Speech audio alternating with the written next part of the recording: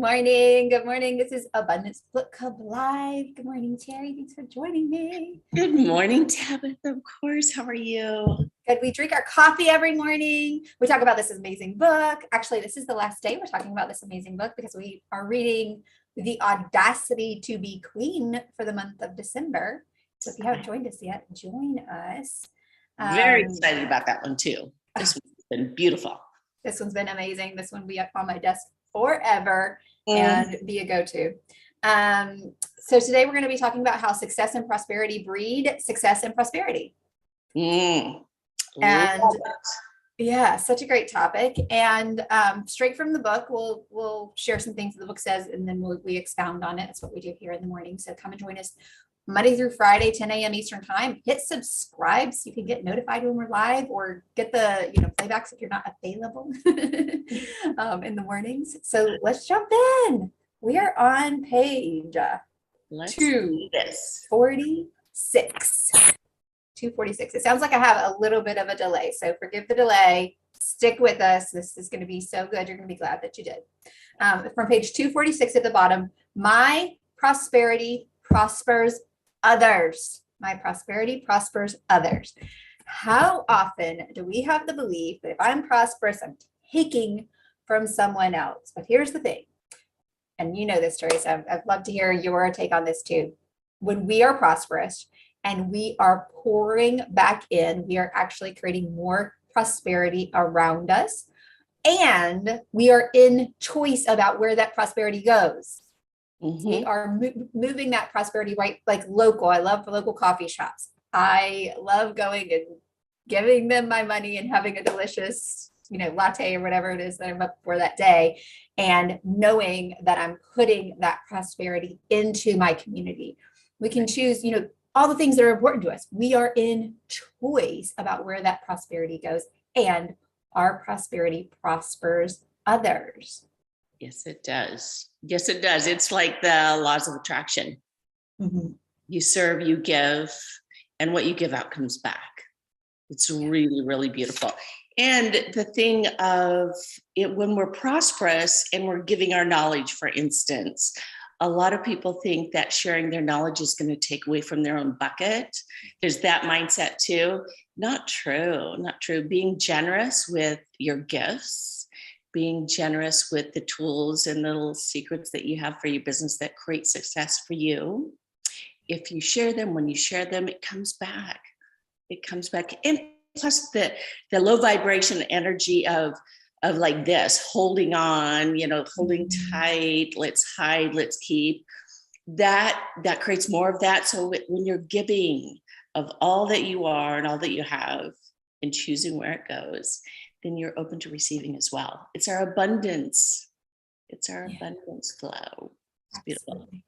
Yeah, I love how, people say the number of abundance is the number 8, and it's because of that loop, right? And it's the same infinity loop, we turn it sideways, and it really is never ending. Like, it just continues to loop back to us. And that generosity, not just, prosperous, yes, financially, but prosperous, what I hear you saying is in knowledge and information and understanding the ways that we've grown and the ways that we have created success, pouring that also back out generously. It creates this space that is just, people talk about attraction, right? Or wanting something to go viral, right? It's like, okay, well, that one thing went viral. How did that support you? Unless people were attracted to what you're up to and are really like, hey, I want to learn more. Let me follow. Let me, be in this space.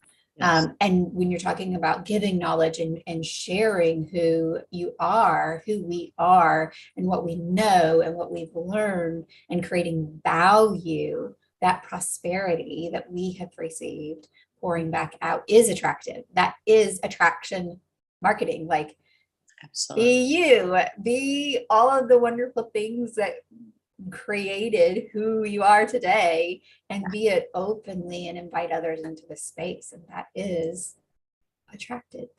It is very attractive. And if you think about it too, when you are giving and sharing, there's such a freedom to that too. There's no stories in, got to hold back, all those negative, again, the lower vibrations. There's such freedom in it, and there's trust, and there's more freedom and trust that you attract back. So it's really beautiful. It takes so much less energy just to be you and to be generous and living in abundance. It's joyful, it's trusting, and it's free. Yeah, it so is. It so is. It is easier, but for me, it was not easy. Right. It's energetically, it's easier just to like let it all go and just have fun and be ourselves, and bloopers on YouTube, and we're owning it and fine with it. Right. Yeah. It's so much easier, but it wasn't easy to let go. It wasn't easy to pull the layers off.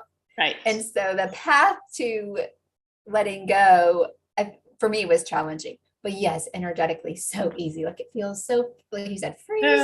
Yeah. And it's like you and everybody else, we think that everything has to be perfect. And when we just are abundantly authentic, and trip up a little bit, it's just completely perfect. It gives everybody else permission to be real as well. It's such a breath of fresh air. I love seeing people are just truly authentic. And there will be still people who are holding on to their perfectionism that may say something or may, oh, you didn't, like today, didn't get my hair all the way dried. She's on there with wet hair, right? Or whatever they choose to say that isn't, that's holding on to their perfection and their need for others to show up perfectly to show up. So there will still be that. But yeah, I think the majority of us are just like, oh, we can breathe, that we can just be ourselves and it's okay. Right. Well, it's very similar to if we make a big mistake and we spend all this energy trying to hide it and pretend it didn't happen. And yet we know that it's impacted others, right? Mm-hmm. How much energy does that take rather than just stepping into like, oh my gosh, I just really messed up. I made this mistake. Here's what I want to do. What else can I do to make up for that? There is such freedom and the peace that you feel inside when you do that. It's the same thing. And people are just afraid. They want to look good. They want to look perfect because that's what they think others want to see and what others like. It's just not true. And it's harder to step into authenticity. It is. Yeah. Only for a second though. Only for those few moments. Yeah. The other side of it though, it's like, oh my God, what a relief. Yeah. It's like those few moments, like you're talking about when we mess up and then we own it and there's such peace. It's like that moment right before we own it. It's like, oh, that's the hard moment. But once we do it, it's like, oh my gosh, so easy. All right. Now we're going to read from 248. 248.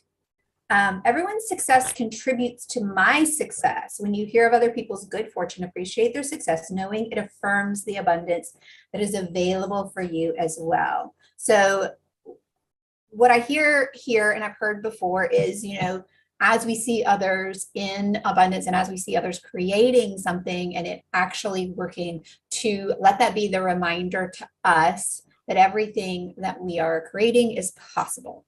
Mm-hmm. So that's the first thing that I hear in that, but also that same thing, that other people's abundance creates ours, because if we turn around what we just talked about and we realize that as they are abundant, as they learn, as they discover what works in business or skills or tools, whatever it is, it does flow back into us and what we are really can understand at a new level. So that knowledge that you were talking about earlier, the actual prosperity as they, maybe partner with us on something, and the just affirmation that everything that we're creating is everything that we're putting the time and the energy and the love into are going to turn back and create what it is that we want to create. May not create it the way that we think that it's going to be created.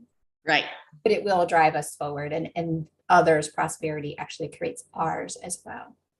Indeed. One of the things that came up for me when you were sharing that is that when we appreciate others' success, we get to be inspired rather than feel less than, not enough, we can't do that. Comparison is the death of joy. So every human body and every human being is unique in their own gifts that they get to share in the world. So just because someone else is being successful in maybe even your arena, the way they do it is the way that they do it. It's unique to them. And so if you step into your world, your arena, your audience, if you will, you're going to attract your tribe and your unique way of being. So allow yourself to be inspired by others' success. Pour into them. And that maybe there's people that are in their arena or their audience, hypothetically, that aren't quite connecting with their way of being. And then you show up and you do it in your way. And they're like, oh yeah, that connects. So it's everybody flows in and out, and allow yourself to be inspired. I love that. Yeah, that's beautiful. And it's also a great reminder that, you know, as we're building, as we're creating, there will be people that move into the space to play with you and do things with you. And then there will be times where people move out, and just knowing that, you know, sometimes I think we grow up with rejection injury. Yeah. Right. Yeah, whether it was friends who, you know, rejected us or whatever those injuries were, those emotional injuries as children. So sometimes we see people moving out of our space as rejection. Right. And it really is just the ebb and flow of it all, and then discovering the path that's unique and perfect for them. And we don't want to force a flow that's not there. So if someone naturally flows out, and naturally, you know, whoever naturally flows in are the people that we're meant to play with. And as we are authentically ourselves, and people actually get to understand who we are as human beings and what's important to us, our values, then we'll actually be playing with people. We say playing a lot, and people are probably like, what are you talking about playing? Business is play. We really have so much fun. We talk about it in that way. But anyway, you'll have people playing with you that are actually at the heart and at the core aligned with your values and the things that are important to you, and that flow and that fun will happen. So we really want to create space for people to flow out when it's not a great alignment. So as people move out of your space, just remember, it's not, you know, it'll hit that rejection button, especially in the beginning as you're growing, right? There's a button that kind of gets touched, feels like rejection, but it's not. It is actually the way that we are able to create our highest community, our highest tribe that really is so fun for us to play with. Yes, a couple of things come up for me with that is just because they flow out isn't a good or bad. It isn't even about you. It's just, it's not a fit. So if you just allow them to flow in and out with love, it creates space for those that are in alignment with you, for 10 more people to come in that are in alignment. And it's just the prosperous blossoming really opens up, because if there's someone in your tribe that isn't a fit, there's that energy that takes away from the whole bubble flourishing, blooming effect, if you can follow. Absolutely. And then the other thing I would like to invite everyone who's listening into, if someone flows out and it really hits that button is about you. And that's a little clue of like, well, maybe I get to go in there. And what I do is soul dive, go in there and heal whatever that is, because it's not about you. And so there's no sense in you hurting. It's just an opportunity to see where you can heal something, that the next time someone flows in and out, you can allow it with love rather than take it personally. I think we all have that. So it's not unique to you. If you feel like, oh my gosh, I'm the only one who gets hurt because someone leaves my space.